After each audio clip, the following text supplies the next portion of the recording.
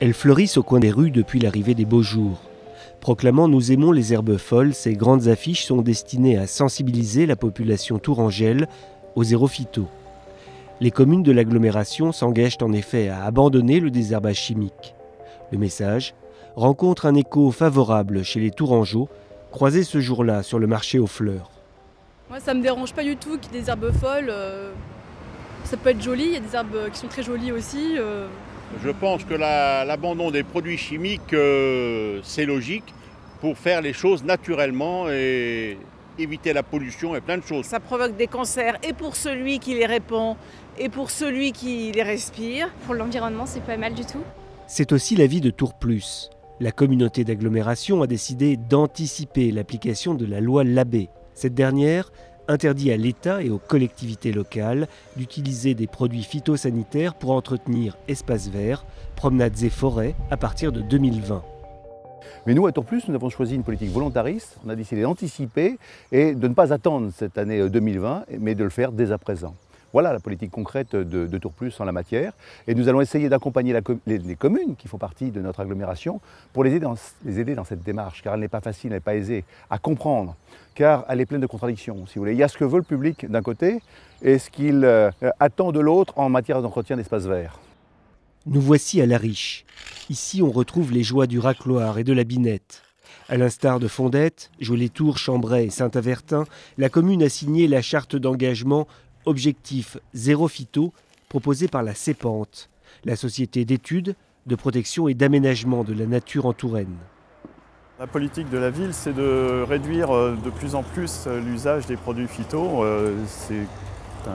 C'est quelque chose qu'on a amorcé déjà il y a une douzaine d'années et qu'on renforce chaque année en réduisant l'usage des pesticides et en utilisant des méthodes alternatives en fonction des endroits où on doit les utiliser. Parmi ces méthodes alternatives, le désherbeur mécanique. On le passe ici 3 fois par an pour entretenir cette allée en stabilisé. Ça arrache, ça soulève l'herbe pour aider qu'elle survive, quoi. Donc après, elle grille naturellement avec le soleil. Un peu plus loin, on plante pour éviter de désherber. Le mélange fleuri de pieds de mur semés ici est composé de 17 espèces, dont 3 vivaces. Ça cache les adventices et les gens tolèrent beaucoup mieux ce genre de choses. À la limite, ils l'apprécient d'ailleurs et parfois nous en demandent. Jolétour s'est pour sa part engagé dans le zéro phyto dès 2009. La ville a depuis réduit de 80% sa consommation de produits phytosanitaires. Pour ce faire, elle a par exemple adopté le désherbage thermique à l'eau bouillante, température 120 degrés. Alors on l'utilise principalement sur les joints de trottoir, sur les petites surfaces, les endroits qui sont difficiles à atteindre avec des outils de désherbage normal, binettes, etc. Mais la ville a surtout appris à doser ses efforts. Elle a mis en place une gestion différenciée. Principe, adapter le niveau d'entretien des sites en fonction de leur usage. Concrètement, on a des espaces en cœur de ville, comme le rond-point derrière nous, qui vont être vraiment des points stratégiques, puisqu'on a à la fois beaucoup de trafic par rapport aux véhicules, beaucoup de passages piétons, et puis on est à proximité immédiate des commerces, de l'hôtel de ville. Donc là, le niveau d'entretien doit être relativement élevé, avec des floraisons qui changent au fil des saisons. A contrario, sous ces cèdres dans le quartier de la Rôtière, on limite l'entretien en installant paillage, plantes vivaces et couvre-sol. On a par exemple des cyclamènes qui ont été plantés avec la possibilité qu'ils se naturalisent, qu'ils colonisent une zone. Et c'est des espèces de sous-bois qui sont tout à fait adaptées à être plantées sous ce genre de conifères. Tiens, viens Thomas, on va commencer par le désherbage de cet îlot là, tu vois, il y a beaucoup de chiens dents. Saint-Pierre-des-Corps connaît bien cette problématique. La ville cheminote est passée au zéro phyto en 2009, abandonnant totalement le désherbage chimique pour l'entretien de ses 64 hectares d'espaces verts, ses cimetières et ses stades. Comme tu peux le constater là, où il y a des plantes plus couvre-sol, avec un système racinaire puissant, il n'y a pas de chiens dents. Dans un square comme celui-ci, l'abandon de la chimie s'est traduit par 529 heures de désherbage manuel par an. Alors dans un premier temps, on passe plus de temps sur les chantiers, hein, comme celui-ci. Vous voyez, c'est très long de désherber manuellement. Et puis, il y a une certaine pénibilité, le fait d'être dans des positions des fois un peu inconfortables hein, pour désherber. Mais bon, on l'accepte et voilà, après, ça fait partie du métier. La première problématique, c'est d'avoir ce type de gestion sans produits chimiques dans des espaces qui ne sont pas du tout conçus pour cette pratique. Donc, à chercher des solutions à mettre en place pour justement compenser le zéro phyto.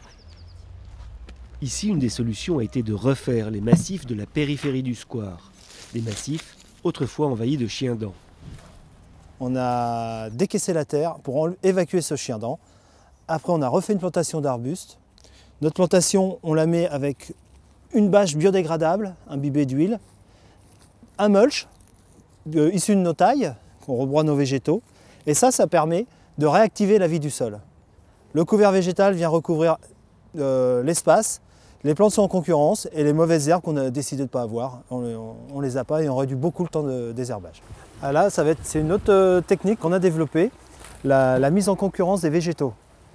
Donc on a densifié la plantation et on peut s'apercevoir que sur cette zone-là, avec le saut de Salomon et l'Ophiopogon, on n'a presque pas de chien-dent. Et plutôt là-bas, on a replanté quelques camérops, on a du chien-dent qui se développe. Quand les camérops vont se développer, le chien-dent va diminuer, ça on le sait. Donc les jardiniers ont juste, en attendant que ça pousse, de venir tirer sur le chien-dent. Voilà. Donc on a quand même réduit notre temps d'entretien. À Saint-Cyr-sur-Loire, on est plutôt dans le phyto raisonné. Les serres de la ville utilisent par exemple la protection biologique intégrée. Elle s'appuie sur la lutte biologique, sans exclure des produits plus classiques. Ces petits coléoptères, par exemple, Atheta coriaria, constituent désormais des alliés efficaces pour lutter contre la mouche du terreau. Oui, on a de très bons résultats. On a très peu de pertes de jeunes plants par les vers cette année, quoi. On est passé à la protection biologique intégrée en 2010 en fait, à la construction de ces nouvelles serres et dans le but effectivement de venir à une réduction des produits phytosanitaires, voire zéro phyto à l'intérieur des serres. Tours s'appuie elle aussi sur la lutte biologique. La commune s'est engagée sur la voie du zéro phyto dès 2006. Cet objectif est déjà atteint dans de nombreux espaces verts comme ici au jardin botanique. Et ce n'est pas toujours simple, quand on doit par exemple lutter contre l'appétit vorace de cette petite chenille verte et noire, la pyrale du buis. C'est un problème qui est survenu pour la première fois l'année dernière et les chenilles puis les papillons se développent extrêmement vite. On avait quelques sites infestés l'année dernière et là c'est de plus en plus, ça se généralise de plus en plus et puis ça va très très vite. Pour combattre ce ravageur, la ville a fait appel aux compétences des chercheurs d'Inofit. Bonjour Maxime. Ouais. Ce centre technique de l'université de Tours est spécialisé dans la lutte antiparasitaire durable. C'est bien infesté, hein. On est sur les derniers stades larvaires.